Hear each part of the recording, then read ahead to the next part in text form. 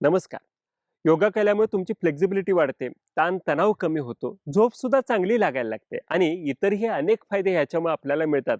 हे प्रत्येकालाच माहिती आहे. तरी सुद्धा आपल्यापैकी अनेक जण योगा सुरू करायला टाळाटाळ करतात. ह्याच्यामध्ये खरी कारणं आपल्या विचारातच असतात आणि ही कारणं जर आपल्याला कळालीत, तर त्याच्यावरती मार्ग काय काढायचा हेही आपल्याला समजू शकतं आणि म्हणूनच आजच्या व्हिडिओमध्ये बघूयात, की कोणत्या गोष्टी तुम्हाला योगापासून दूर ठेवतायत, योगा करण्यापासून थांबवतायत. पहिलं कारण आहे जे प्रत्येक जण सांगतो की माझ्याकडे वेळ नाही आहे. खरं म्हणजे वेळेची कमतरता प्रत्येकालाच असते. पण एकदा मोबाईल हातात घेतला की स्क्रोलिंगमध्ये अर्धा तास तासभर कसा निघून जातो हे सुद्धा कळत नाही. इथं आपल्याला वेळ मिळतो, पण योगा जॉईन करायचा म्हटला की मग मात्र आपल्याला वेळ कमी पडायला लागतो. खरं म्हणजे इथं प्रॉब्लेम आहे आपल्या प्रायोरिटीजचा. आपण योगाला तेवढं महत्त्व देत नाही आणि त्यामुळे त्याच्यासाठी वेळ काढत नाही. ज्या वेळेला तुम्ही योगा सुरू कराल, अगदी 15-20 मिनिटापासून जरी सुरू केला तरी सुद्धा तुम्हाला त्याचे फायदे मिळायला लागतील. तुम्हाला त्याचं महत्त्व कळायला लागेल आणि मग आपोआप तुमची प्रायोरिटी चेंज होईल आणि योगासाठी तुमच्याकडे वेळ उपलब्ध होईल. त्यानंतर दुसरी गोष्ट म्हणजे बरेच जण म्हणतात की माझं शरीर लवचिक नाही म्हणून मी योगा जॉईन करत नाही. खरं म्हणजे हे असं झालं की माझ्याकडे नॉलेज कमी आहे म्हणून मी शाळेत जात नाही. पण आपल्याला नॉलेज मिळवायसाठी जसं आपण शाळेत जातो तसं फ्लेक्झिबिलिटी येण्यासाठी आपण योगामध्ये गेलं पाहिजे. आणि इथं सुद्धा रोजच तुम्हाला काय प्रत्येक वेळेला अवघड आसनं करायला लावतील, रोजच अंगठ्याला हात लावायला सांगतील असं नाही. योगा हा मल्टी डायमेन्शनल आहे. त्याच्यामध्ये सोपी आसनं आहेत, काही अवघड आसनं सुद्धा आहेत. त्याच्यामध्ये प्राणायाम आहे, मेडिटेशन सुद्धा आहे. तुम्हाला ज्या गोष्टी जमतायत त्या ह्याच्यामध्ये करू शकताय आणि जर काही गोष्टी तुम्हाला जमत नसतील तर त्या गोष्टी पॉझिटिव्हली ॲक्सेप्ट करण्याचे सामर्थ्य, ती शिकवण सुद्धा योगच आपल्याला देत असतो. आपण बरेच वेळेला विनाकारणच वयाचा संबंध योगाशी जोडतो. अनेक जण म्हणतात की माझं एवढं कुठं वय झालं योगा करायला. तर त्यांना गैरसमज असतो की योगा ही फक्त म्हातारपणातच करायची गोष्ट आहे. पण खरं म्हणजे ह्याच्या नेमकं उलट आहे.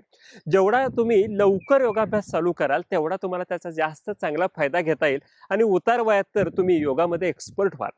आणि दुसरी गोष्ट सुद्धा आपल्याला दिसते, ती म्हणजेच बऱ्याच जणांना वाटतं की इथं माझं वय झालंय, धड चालता सुद्धा येत नाही, तर मी योगाला जाऊन काय करू? पण मगाशी जसं सांगितलं तसं योगा हा मल्टी डायमेन्शनल आहे. प्रत्येक वेळेला आपल्याला आसनच करायला पाहिजे, सूर्यनमस्कार घालायला पाहिजे असं नाही. तुम्ही ध्यानधारणा, प्राणायाम सुद्धा करू शकताय आणि त्याचेही फायदे तुम्ही घेऊ शकताय. तसं बघायला गेलं तर योगामध्ये प्रत्येक वयोगटाला ऑफर करण्यासाठी काही ना काही पॉझिटिव्ह आहे. जसं की लहान मुलांच्या मध्ये ऊर्जा असते, त्याच्यासाठी तुम्ही आसनाने सूर्यनमस्कार करू शकताय.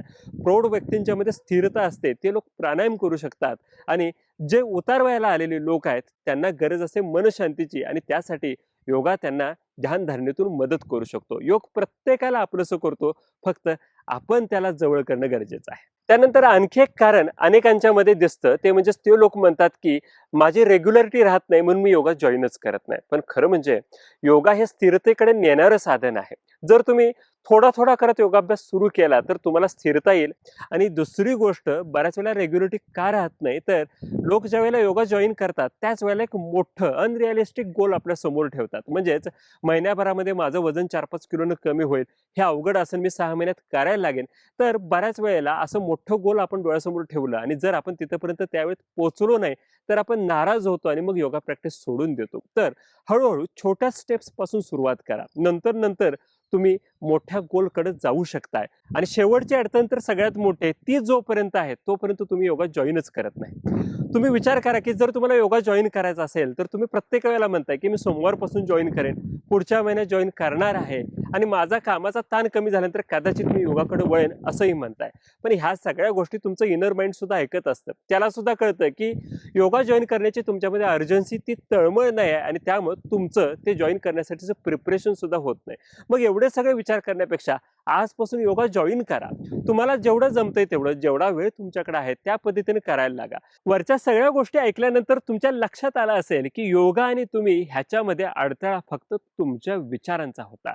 जर तुम्ही त्याला बाजूला सारलं आणि नियमित योगाभ्यास चालू केला तर तुमचं आयुष्य निगेटिव्हिटीतून पॉझिटिव्हिटीकडे 180 डिग्रीतून चेंज होईल. हेल्थ इश्यूज संपतील, हेल्थ अचिव्हमेंट चालू होतील आणि ताणतणाव कमी करण्यापेक्षा सुद्धा ते असतील तरी सुद्धा त्याच्यातून क्रॉस करून बाहेर पडण्याची ताकद तुमच्यामध्ये येईल. फक्त ह्या सगळ्या गोष्टी रेग्युलरिटी, पंक्च्युअलिटी आणि स्पिरिच्युअलिटी ह्या 3 प्रिन्सिपलवरती जर तुम्ही करत राहिला तर तुम्हाला साधनेतून यश नक्कीच भेटेल.